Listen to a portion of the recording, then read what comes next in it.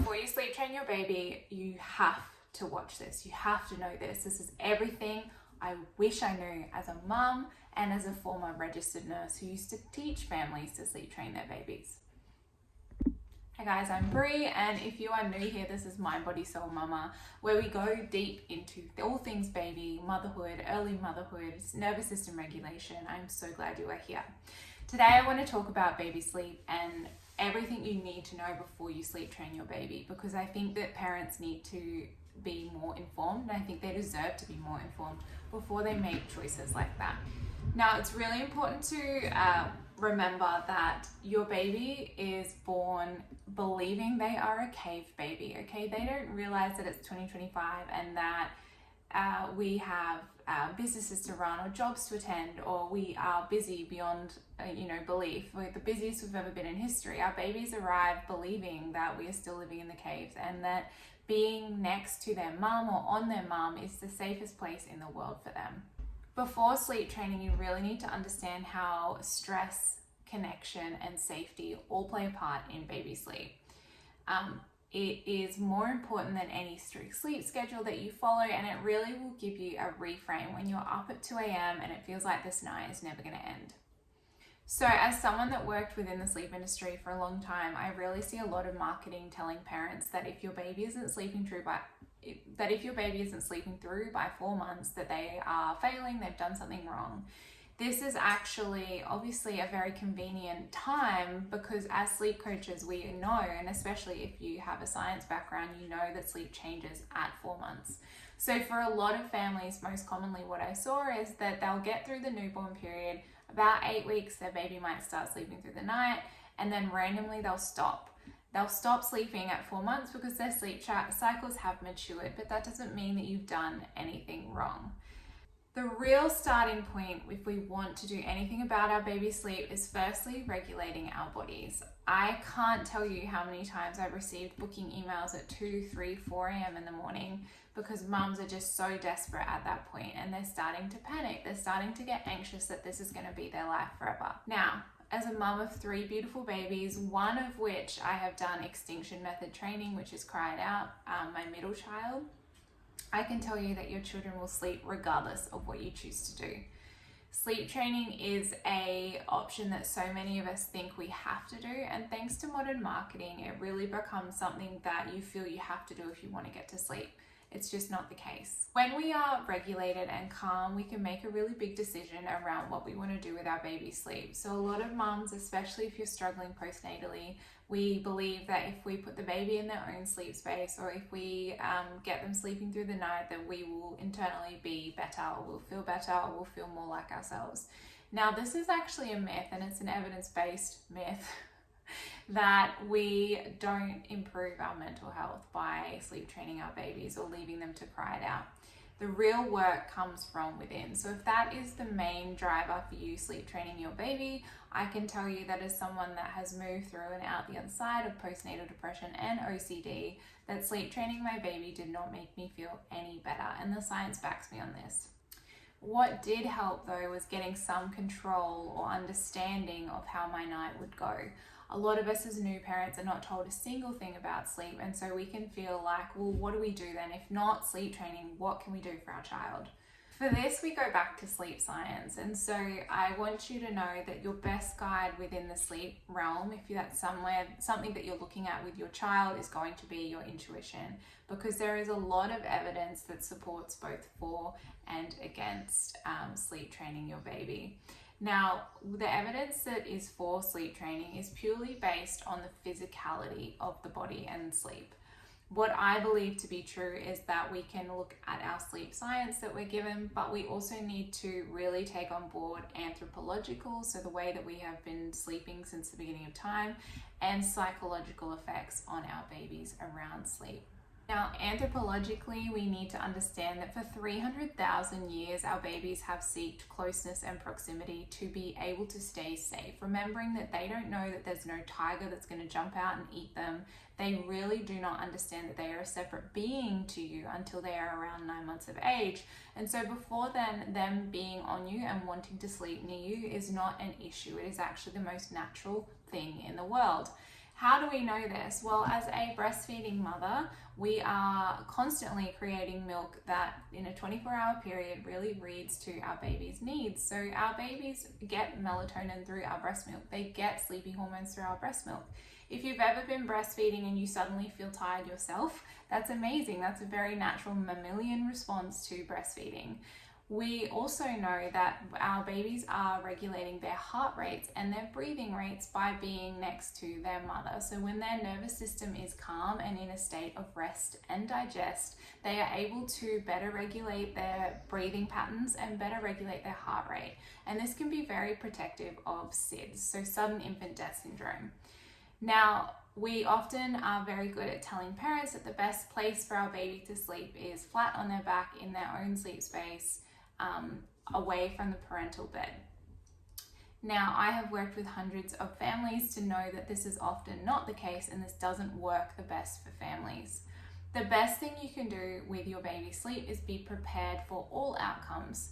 A lot of people that end up co-sleeping are actually people that never planned to co-sleep. And the majority of accidents that end in a baby experiencing SIDS is because as parents we haven't set ourselves up. So a lot of them are accidents, tragic accidents that happen when mum and dad are absolutely off their head, sleep deprived, and they go and sit on a couch and bub rolls into the corner of the couch or things like that. There's a really wonderful book by Dr. James McKenna called How Babies Sleep. That's a really wonderful place for you to start if you're wanting to explore co-sleeping. Another option that we can do is sub in a caregiver. So if you're someone that is, maybe you're the breastfeeding mother, maybe you're returning back to work and you think, what am I going to do when I'm back at work? My baby's just not going to cope when I'm not here. That's a very fair and valid point. And on a personal note, I returned back to work with my firstborn at 4 months and I was doing shift work at a hospital. So it was very stressful at that time. Thankfully, I chose not to sleep train back then, but I did learn that you can sub in a caregiver, and although your caregiver that you sub in will not be your baby's first preference, they are nonetheless a source of safety and stability for that child. So when you are looking down the sleep training path, I would really get very honest with yourself. Is it a need to sleep train, or is it a feeling as a woman that we have to do all of the things ourselves, including get the baby to sleep? Because oftentimes as women, if we can get a break from being the primary caregiver for our baby, we are able to have a renewed energy, a bit of an oxytocin boost, and get back to helping our children sleep. Now, the next thing that I want to talk about, and this is the main takeaway from this video, is that I really want to educate parents on the importance of sleep pressure. So sleep pressure is the idea that our babies need to arrive into their sleep space with enough sleep pressure to want to sleep. So that being said, let's talk a little bit about daytime sleep. So daytime sleep changes drastically. So from a newborn that's having about 6 naps a day to a 15-month-old, they drop down to 1 nap. So in the space of about a year, they drop an enormous amount of day sleep. What happens every time that your child is going through a milestone, or you may seem that they are resisting sleep? Maybe they're waking up really early, or maybe you're getting split nights. So they're waking up at 2 a.m. and they're not going back to sleep for an hour or two, and then they're oversleeping. Sleep drive essentially is the magic potion that gets your baby to stay asleep for a long period. Now, it is very normal for babies of numerous ages to wake throughout the night. So waking throughout the night is not necessarily due to sleep pressure, but if you're finding that you're getting really unsustainable nights, so where baby's waking up every hour, every 2 hours, or they're doing split shifts or anything like that, we can start to play with daytime sleep. So oftentimes when our babies are looking at doing something like crawling around 8 months, they will be dropping their daytime sleeps as well. So they drop from 3 to 2 at about that age. Now, temporarily, while you are working out your naps, your baby may start waking early, or they may not be getting into a very deep sleep. This is all part of the transition. And oftentimes when we are decreasing a little bit of day sleep, we still want our babies to have a day sleep. But when we're decreasing a little bit of day sleep, you may find that night times pick up. Now that leads me on to my next point, and that is what happens around baby milestones. So when our little ones are tiny, they are making neural connections at 1 million neural connections per second. So that is an insane amount of growth, and it's never repeated again throughout their lifetime. So it makes sense, and I use the analogy within my workshops that if you were to go to a new job and learn a new computer system, then you go home and you can't really sleep because all you're thinking about is what you did during the day. It's when your brain's ticking over, and it's the same for our little ones. So when they're learning things like rolling, when they're learning things like sitting up or walking, all of those things take a lot of brain power. And when our babies are trying to master those skills, it can interrupt sleep. Now, this is not a negative thing. It just means that they're spending a longer amount of time in light sleep rather than deep sleep. So if your baby is temporarily going through a rough patch, say around a week to 10 days, oftentimes you will find that they will settle down on their own. It's not something that you need to correct. Babies are also waking through the night for a myriad of reasons. The first would be calories. It would be remiss of me not to talk about that. Our babies will get calories within a 24-hour window. So as a former registered nurse, I saw probably about 20% of the time it was calorie related. Now, our babies are built for survival, so if they're not getting enough through the day, they will try and get it through the night. That is not always the case though. So especially with formula fed babies, that was very rare. And with breastfed healthy babies that didn't have any oral restrictions or things like that, it was pretty rare for the feeding to be the issue. The second one is connection. And connection isn't something that it's not like something you can fill up like a fuel in a car. It's something that you need to provide throughout the night. So some babies are more sensitive and they want that check-in and that closeness just to make sure that you are there and you are okay.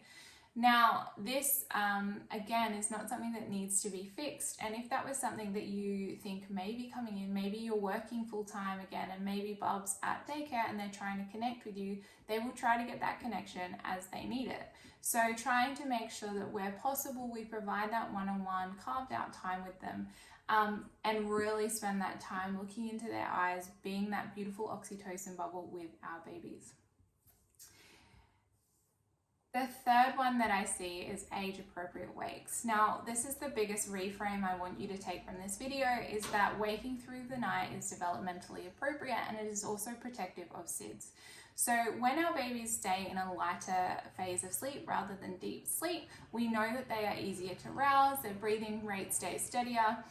There's lots of really wonderful things about that. And as a former registered nurse and a mother, I can tell you that my third child, who I've never slept train or done a night away from, has slept through the night, and she is 2 this week. So she's been sleeping through the night for about 4 months, and she sleeps from 7:30 at night to about 5 a.m. and then has a feed. So super normal for babies to wake through the night, and if you do nothing, they will sleep eventually. Now, waking through the night is also developmentally appropriate, especially if, as I said before, milestones are coming into play, so they're trying to nail a new skill. It's just a matter of them having a busy brain and not necessarily something that we need to be aware of. There are some red flags. So if your baby's waking up through the night and they're doing like a massive green poo, or they're really unsettled, or they're not gaining weight the way that you want them to, then that's something that you really need to seek advice independently for, just to see whether that could be contributing. Another red flag would be something like low iron, which is very not common, very uncommon in formula-fed babies, less uncommon in breastfed babies, but again, you would need to seek a healthcare provider advice for that. One other red flag is open mouth breathing or noisy breathing. So open mouth breathing is really normal when our babies are going through phases of illness or they're a bit stuffy, but noisy breathing is generally something that should not be there if they aren't sick. So if you have a baby that is well, any noisy breathing or snoring is another red flag that you would need to go and get looked at. All right, so the next thing that we look at as parents as well that are trying to optimize sleep without sleep training, we really want to look at the environment that our babies are sleeping in. Just like us adults, the environment that we sleep in can make or break, because we have the beautiful production of sleepy hormones called melatonin that are very sensitive to things like artificial light. So if you're like me and you live in the suburbs, you've probably got street lights outside or your neighbor's lights, or those sorts of things shining into the room can really disrupt hormones. So if you're laying in bed on your phone, feeding your baby to sleep, that light will disrupt your baby. If you have, say, like a air conditioning temperature light, they can be disruptive of sleep too. A lot of parents get stuck on the machines that they're sold, those sleep machines, and they think that if they run the red light all night long that will help the baby sleep. It's actually the opposite. Remember what I said earlier in the video about us having little cave babies. Caves were really dark. They weren't light. We didn't have red light. We didn't have aircon lights. We didn't have phone lights, all those sorts of things. So I would get the phone out of your bedroom. I would turn the red light off, and I would try and cover up the aircon light if you can. We want to make it quite dark, like 8 out of 10 darkness. You shouldn't be able to see your hand in front of your face. One other thing that I like to use in my own home, and when I suggest to parents this, is white noise. Now, white noise, it just essentially becomes a bit of a background noise, or a bit of something that their subconscious brain can tune into as they're going through sleep cycles. I especially like it if you have a toddler like me. I have 3 babies, so our house can get quite noisy. The white noise just sort of helps tune that out a little bit. So I suggest to parents put it on your noisiest wall. So for me, our bedroom wall adjoins to the hallway, which is where my little people decide to do zoomies, generally as I'm trying to put the little one to sleep. So we want to make it nice and quiet in there so that they can actually get some decent sleep as well.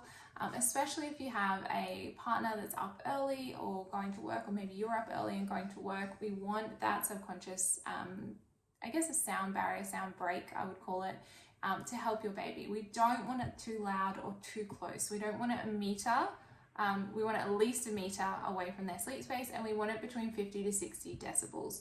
Any louder than that, any closer than that, we run the risk of hearing damage. So make sure it's always far enough away from your little one.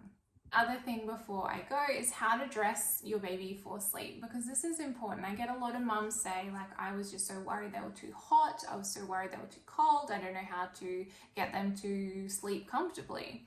So the first one is figuring out TOG ratings, so the TOG ratings on children's sleeping bags, which here in Australia are what we recommend babies sleep in. I would suggest that figuring that out, although it feels really complicated and difficult, it can save you so much time and so much mental load, because no matter who's doing bedtime, we know what bulb's going in. So if you say run your air conditioner to 20 degrees here in Queensland, it is really hot. So I recommend sleeping with an aircon on if you can. It is easy to dress your baby in the same suit every day, day in, day out. It creates that one less thing for mums and dads to have to think about. I like to also use it as a rule, especially if you're going traveling. Maybe you don't have aircon, maybe you don't want to pack a million sleeping bags. The golden rule that I have found is whatever you're wearing plus 1 layer. So I generally sleep in like a singlet and some boxers, and we have like a quilt or a doona that's quite thick. My baby will sleep in a onesie and like a doona thickness sleeping bag. Although as she's gotten older, she's switched into the sleep suits. She doesn't like sleeping bags. But that thickness rating of the doona matches ours, and then she just wears a slightly warmer set of clothing. So golden rule, whatever you wear plus 1 layer. If you have enjoyed this video, please like and subscribe. It helps me immensely. I am Bree from Mind Body Soul Mama. I run baby sleep programs and motherhood mentorships looking at our mind body soul transformation in motherhood. So if that's something that interests you, please follow the link in the bio or in the caption down below. But thank you so much for being here. I will see you next week.